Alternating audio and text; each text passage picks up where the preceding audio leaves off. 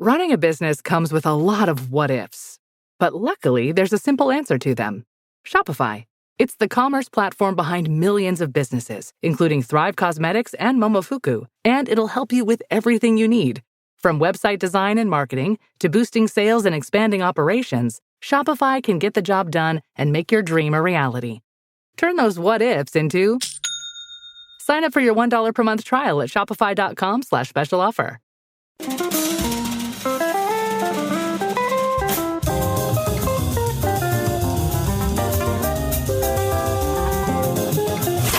It's The Other Side of Midnight with Frank Morano.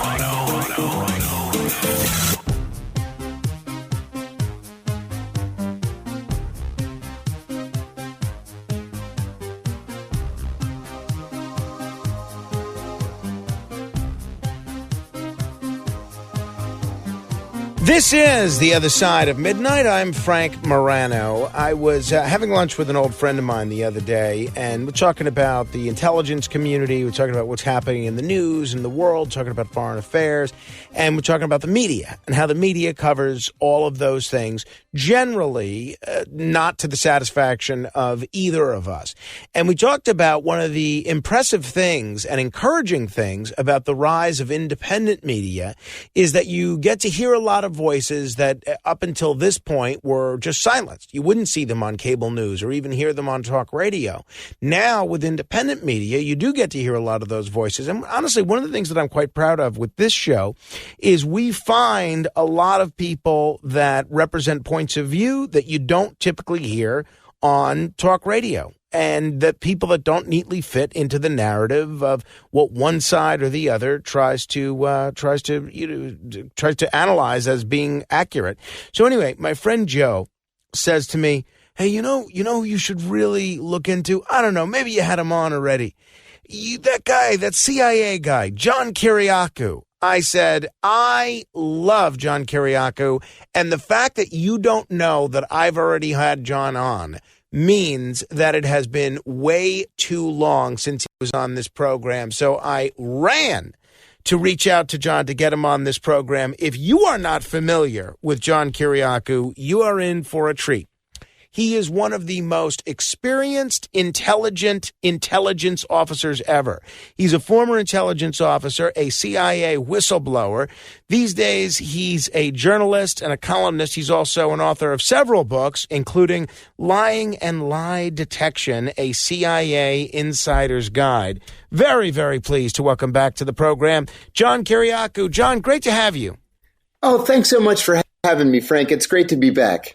John, in a nutshell, because we've covered this in a couple of our previous conversations over the years, but for people that are unfamiliar with your background and with your story, how did you go from being a star CIA officer to being a very, very respected voice in the media on intelligence issues to being a convicted felon? How did that journey happen?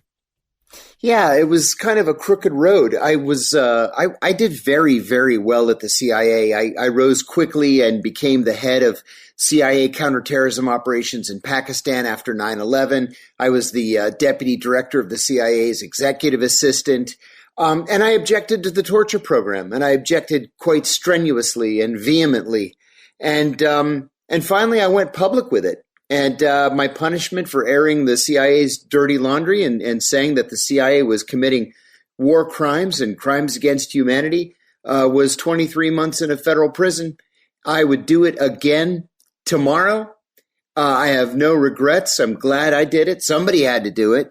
And you know what? The bottom line for me is I can sleep at night and my children are proud of me. And I like to think that I upheld my oath to protect and defend the Constitution.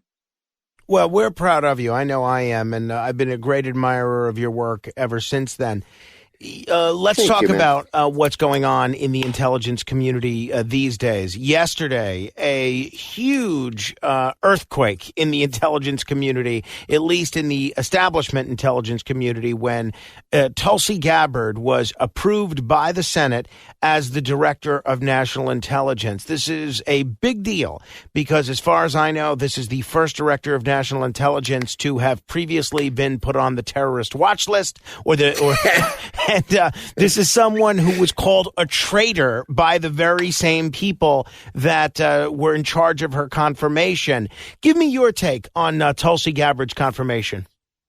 Well, I'm thrilled that Tulsi Gabbard was confirmed by the Senate. The vote was 52-48. There was one Republican senator who voted against her, and that was Mitch McConnell, to the surprise of literally nobody. I'm just very excited because out of all of the talking heads up on Capitol Hill, she was the only one with the guts to really stand up and say things that other parliamentarians, other members of Congress weren't saying. You know, she had the guts to go to Syria on a fact-finding mission and meet with Bashar al-Assad. That was twisted, mostly by Democrats, to make it look like she had done that out of support for Bashar al-Assad. That was simply not true.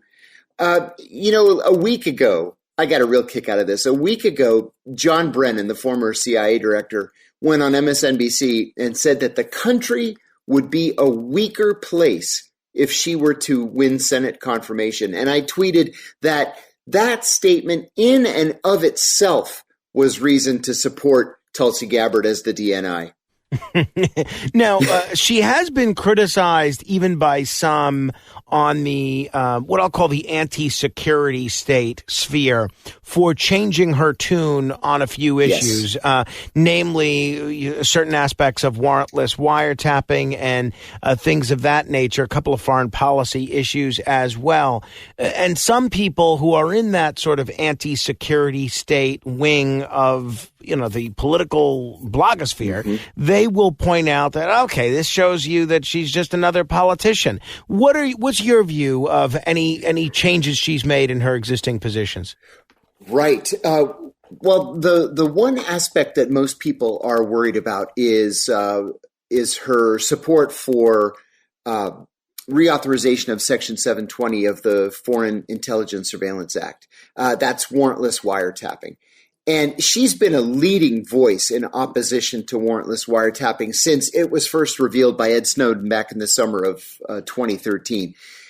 She did say that she could be persuaded to support a reauthorization of 720. Listen, if you're in those circles where you're going into a position that requires Senate confirmation, sometimes you have to make compromises. I hope, and I'm willing to give her the benefit of the doubt, I hope that she made these promises to take a second look at it because she needed to win over some of those Republicans who still have some ties to the neoconservative movement. She knew she wasn't going to get any Democrats to vote yes, but Republicans are far more willing to look at these issues with an open mind than Democrats are these days. And it's been like that since George W. Bush was president. So I'm hoping that at the end of the day, she does the right thing and that she in turn is able to convince members of Congress that her position is the correct one. At 30 minutes after the hour, this is The Other Side of Midnight, and we are talking with John Kiriakou. John, one of the things that a lot of us are watching with great interest is what's going on in terms of the diversity of viewpoints in the Trump administration. You have people that are a little more non-interventionist, like Tulsi Gabbard, like Robert F. Kennedy Jr., like maybe Pete Hegseth, along with people that are maybe kind of your standard pro-security state neocons, folks like Marco Rubio and John Radcliffe and Michael Walls and others. How do you see that working out? How are those competing visions of the world and of the intelligence community going to be blended in a Trump administration? Well, first, let me correct myself and say Section 702 instead of 720. You know what? That's a great question. And it's a question that kind of dogged President Trump in his first term. And the neocons won in that first term, in that they had positions like John Bolton, for example, at the National Security Council, like Mike Pompeo and Gina Haspel at the CIA. And it got to the point where many of us believed that they were kind of standing in the way of Donald Trump being able to carry out some of the foreign and intelligence policies that he really wanted to carry out.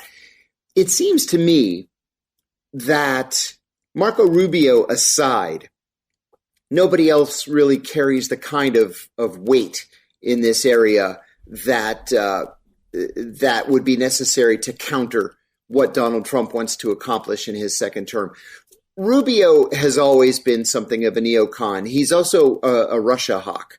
But, you know, we saw on this very first foreign trip that he took to Latin America that he's also very good at doing what he's told.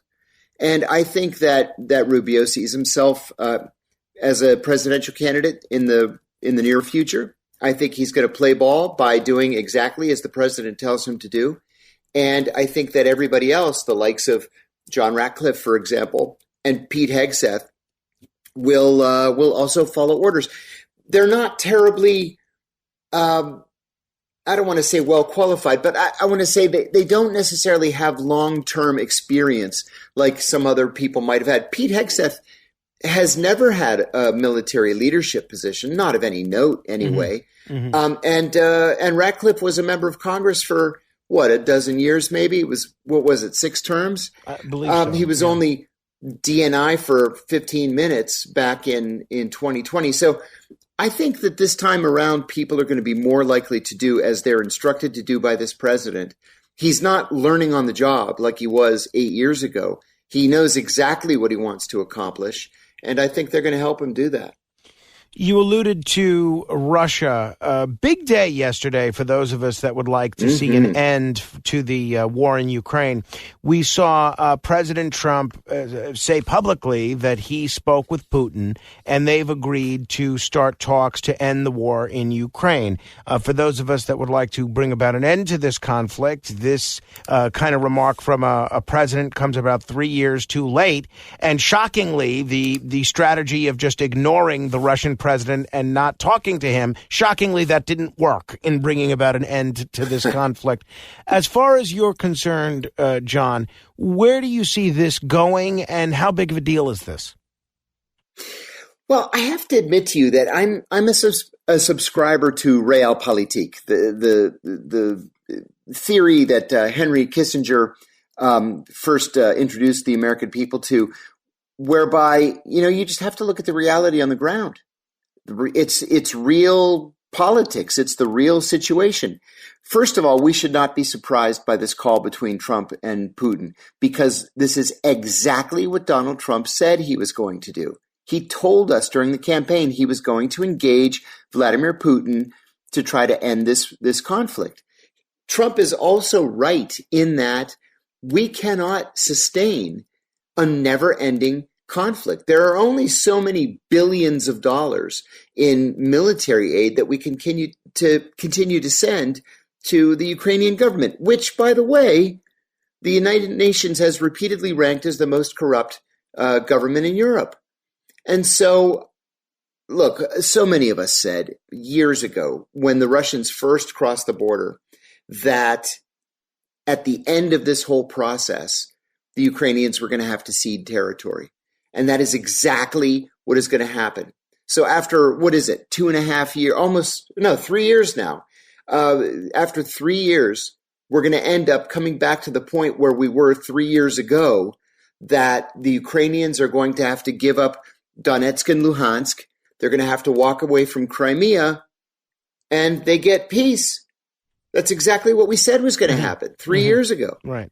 So I think this is a very positive development. I'm Cindy Lauper with fellow Cosentyx advocate, Chef Michelle Bernstein. We'll share our experiences with plaque psoriasis, with psoriatic arthritis, and Dr. Panico will talk about the possible connection. Cosentyx secukinumab is prescribed for adults with moderate to severe plaque psoriasis 300 milligram dose and adults with active psoriatic arthritis 150 milligram dose. Don't use if you're allergic to Cosentyx. Before starting, get checked for tuberculosis. An increased risk of infections and lowered ability to fight them may occur, like tuberculosis or other serious bacterial, fungal, or viral infections. Some are fatal.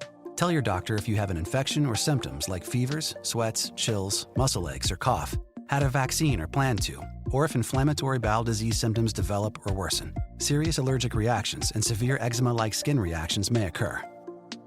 Learn more at 1-844-COSENTYX or Cosentyx.com/Cindy. This podcast is supported by Progressive, a leader in RV insurance. RVs are for sharing adventures with family, friends, and even your pets. So if you bring your cats and dogs along for the ride, you'll want Progressive RV insurance. They protect your cats and dogs like family by offering up to $1,000 in optional coverage for vet bills in case of an RV accident, making it a great companion for the responsible pet owner who loves to travel. See Progressive's other benefits and more when you quote RV insurance at Progressive.com today. Progressive Casualty Insurance Company and affiliates. Pet injuries and additional coverage and subject to policy terms. If you're just tuning in, this is The Other Side of Midnight. I'm Frank Morano. My guest is John Kiriakou. John, you were hoping for a pardon at the end of the Trump administration, the last Trump administration. We spoke right around that time. And then you were hoping for a pardon at the end of the Biden administration. And it must have been particularly galling that not only did you not get a pardon, not only did Edward Snowden not get a pardon, but to add insult to injury, people that weren't even charged with crimes, let alone convicted, like Liz Cheney and Adam Schiff and anybody in America with the last name Biden, they all got pardons. Give me your view. We've seen the pardon power of the presidency be on overdrive over the course of the last 2 months, not only under President Biden, but under President Trump. And yet still no pardon for John Kiriakou. Give me your view of how this is going. Well, there's a little bit of background here. I had gotten all the way to President Trump in January of 2021. And I was literally sitting by the phone all day on his last full day as president. And a very important person who's very close to the president called me that afternoon and said, "You're not going to believe what's happening." He said, Mitch McConnell called him today and said, if you pardon those three, meaning Julian Assange, Ed Snowden, and John Kiriakou, he said, I'm not going to be able to control Republican senators, and they may vote to convict you on the charges that the House had sent over as part of the impeachment problem. Now, why I was automatically tied to Julian Assange and Ed Snowden, I have no idea. I personally support them, but there's no reason why we need to be. You guys didn't commit any crimes together. No, exactly. And so he walked away. I didn't blame Donald Trump for that. I blamed Mitch McConnell, whom I've always loathed. And then during the Biden administration, I connected with a man who is very close personally to Joe Biden, who got me a meeting with Joe Biden 8 years ago and got me close to a pardon. And he said, if anybody can deliver it, I can deliver it. I'm close to him. I'm godfather to one of his children. We speak on the phone. I said, great. I said, I've got a little bit of money. I can, give you what you want. And he said, no, I'm going to do this because it's the right thing to do. I had a letter signed by 70 former CIA officers asking that he pardon me. I had a statement from John McCain, a statement from my own congressman who's a Democrat. I had a letter from the guy who wrote the law that I was convicted of violating, saying that I should never have been charged in the first place. But most interestingly, Frank, I had an op-ed written by Joe Biden in the Christian Science Monitor in 1981 saying that law that I was convicted of violating was unconstitutional and should never have been passed in the first place. Wow, you sound like you're sitting pretty. So that's what I thought. So we send it all back over there. And again, here I am like a little kid sitting by the phone waiting all day, and nothing happened. And finally, I emailed this fellow who was helping me, and I said, I guess if I had been a crackhead or a crooked judge selling children into bondage or a Chinese spy or a political leader who just hated Donald Trump, I would have had a better chance. So here I am again for the third time, hoping I can get to Donald Trump. And since he's pardoning everybody else, it seems, maybe I have an actual shot here. Well, the mistake you made was not writing on January 6th. That's clearly the mistake that That's you made. right. John, on the intelligence front, one thing that's gotten a lot of attention is the movement on the part of some congressional leaders, but also President Trump himself, to move forward with declassification of documents related to the JFK, RFK, Martin Luther King assassinations. And now there's even talk of declassifying documents related to Jeffrey Epstein. What do you think we're going to see in terms of what documents are actually declassified, and what will we learn, we the public learn from that declassification? That's a great question. Congress passed a law in 1992 mandating the declassification of these documents. 1992, and they still haven't been fully declassified. So let's divide these up. I think on the JFK assassination, we're going to see almost nothing new. There are between 10 and 15,000 pages left, and most scholars believe that this final tranche has something to do with CIA surveillance activities in Mexico City in October and November of 1963. So some of those documents had been partially released, but were still partially redacted. We may see a handful of names. We may see a couple of surveillance operations. It could have been against the Soviets. I don't think we're going to see any kind of a smoking gun like the notion that Lee Harvey Oswald was at the Soviet embassy in Mexico City on, November 15th or whatever. I don't think any of that's going to happen. And, when James Angleton was the deputy director of the CIA for counterintelligence, he had ample opportunity and plenty of time to destroy any smoking gun documents that may have existed. RFK is far more interesting to me, because a lot of the information was never declassified surrounding the RFK assassination. For example, in the 1990s, advanced forensics, audio forensics, determined that there were between 10 and 13 shots fired at RFK. Well, Sirhan's gun only held 8 rounds. So where did the other 2 to 5 bullets come from? There was a man by the name of Cesar who was seen in a video. He was one of the security guards that night. He was seen in a video pulling a gun out of his waistband and then putting it back in. In an interview with the National Geographic Channel before he died, the interviewer asked him directly, "Did you shoot Robert Kennedy?" And he said, "No, I was going to, but that Arab fella hit him first." Well, that's what the conventional wisdom is, but Sirhan was in front of RFK, and the kill shot came from behind RFK and went through the back of his neck and came out of his cheek. So I think that there's credible evidence that there was a second shooter, and maybe these documents have some information about that second shooter.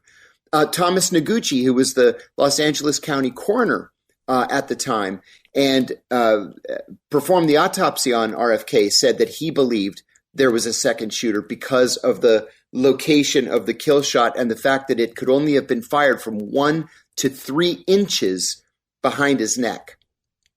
MLK is also fascinating in that there have long been rumors, there have been books written with the idea that it was the FBI that had something to do with the killing of Martin Luther King. I mean, could James Earl Ray really have done it by himself? He was drunk most of that day by his own admission. He was sitting in a bathroom across the street from the hotel where Martin Luther King was staying for 6 hours, waiting for him to come out of that room. Well, you're drunk for 6 hours and you can still land a kill shot like that from a block away? It seems a little odd. I'd like to see what the classified documents have to say about it. It's going to be interesting. What about Epstein? What do you think we're going to learn on the Epstein front, if anything? Everything related to Epstein should be declassified. Everything. Epstein didn't have access to classified information, so none of it should be classified. None of it has anything to do with sources and methods. The only reason why any of this is classified is to protect people who don't want their identities to be revealed. But I'll tell you what I would really be looking for in the event that the Epstein documents are declassified is any evidence at all that he was working as an access agent for a foreign intelligence service. I would bet money that he was an access agent for the Mossad. Everything we know about what he did points back to Mossad. This is exactly how they recruit people. For example, if you're a Mossad agent and you want to get classified information or sensitive information from a world leader or business leader or former leader, you're targeting Bill Clinton, Prince Andrew, Bill Gates. You're not going to be able to recruit those guys. So you do the next best thing and you recruit somebody who has access to them. Well, Jeffrey Epstein not only had access to them, but he had a private jet to fly them to his private island. He had underage girls. He had plenty of drink and drugs and bugged the rooms with audio and video. To what end? For what purpose? Other than to sell it or to give it back to his handlers. That would be wild. And I will be waiting with bated breath to see any of those documents released. Before I let you go, John, you alluded to one of the struggles that the Trump administration faced in its first term, meaning the tension between the national security state and more anti-establishment figures. What are you seeing so far as the key differences between Trump 1 and Trump 2? Oh, I think Trump 2 is far more decisive and has a far better understanding of the way the deep state works. You know that you can't just take on the deep state head on. And I'll tell you why. It's not even very cynical. But senior executives at the CIA, at the FBI, at NSA, they're in these positions, Frank, for 25 years, 30 years, in some cases 35 years. And over the course of those careers, presidents come and go. And they know that they can just outweight a president 99 times out of 100. The president orders you to do something, you say, yes, Mr. President, I'll get right on it. And then you just do nothing. Because you know in 4 years, or worst case scenario, 8 years, he'll be gone anyway. It's different this time. They knew they could outweight him last time. This time he knows how the system works. And so it's not an accident that these so-called buyouts have been mandated, even at the CIA. The CIA has not had a buyout or a layoff since 1977. Wow. When Jimmy Carter was elected president. So to have people forced out of the CIA is really using a strong hand. And I think it's something that's long overdue. Lastly, John, we began the conversation by talking about torture. A lot of people listening, look, one of our biggest stations is WABC in New York, where a lot of people lost friends and family members in 9/11. And a lot of people are saying, oh, why should we care if we have the opportunity to torture someone that played any role in an attack like that killed all sorts of innocent people? There's not a lot of sympathy for the sort of folks that may end up getting tortured. Explain to people listening why torture, when it's done by the government especially, is a bad thing. Oh, yeah, there are a couple of reasons. First of all, it doesn't work. Right? This idea of a ticking time bomb, you've got to use torture because you've got to get that information to disrupt the next attack. That's only in the movies. It just doesn't happen in real life. Secondly, a person being tortured will tell you literally anything just to get you to stop torturing him. Is he going to tell the truth? Sure he is. But he's also going to give you so much garbage that you're going to have to turn over everything that he said to a team of analysts, and it's going to take them 6 months or 12 months to get to the bottom of it. And by then, the next attack has occurred, or the bomb, went off, or whatever. It just simply doesn't work. Importantly, though, at least in my eyes, is that look at the cases of Khalid Sheikh Mohammed, Ramzi bin Ashib, Ammar al-Baluch, and these other ones at Guantanamo. Because they were tortured, literally nothing they said can be used against them. And so we can't use the federal death penalty against them. The courts have already ruled, military courts have already ruled that because they were tortured, they cannot have any of that information used against them in court, especially if it were to lead to a death penalty. That's why the Pentagon negotiated a life without parole sentence for 3 of them. The only thing that they asked is that they could remain in Cuba because the weather is so much better than it is at the Supermax in Colorado. Right. Yeah. So, if you want to blame somebody for screwing this up, blame the CIA. If we had put these guys, and this was what the original idea was, they were only supposed to be at Guantanamo for a couple of weeks until we could send them to New York, Boston, or Washington to put them on trial. But because the CIA began to torture them at these black sites instead, they never got to go on trial, and they couldn't be convicted and sentenced to death. This is the CIA's fault that we've gotten here. John Kiriakou, we're going to have to end it there. I always enjoy our conversations. It's always a real treat to have you on the program. Let's not let so much time go before you're on again. Thank you so much. It's always a real pleasure to be on with you. Thanks for the invitation. Thank you. If you want to comment on any portion of our conversation, you're welcome to give me a call, 646-720-0635. That's 646-720-0635. This is The Other Side of Midnight. Straight ahead. We interrupt this program to bring you an important Wayfair message. Wayfair's got style tips for every home. This is Styles McKenzie helping you make those rooms sing. Today's style tip. When it comes to making a statement, treat bold patterns like neutrals. Go wild, like an untamed animal print area rug under a rustic farmhouse table from Wayfair.com. Fierce. This has been your Wayfair style tip to keep those interiors superior. Wayfair, every style, every home.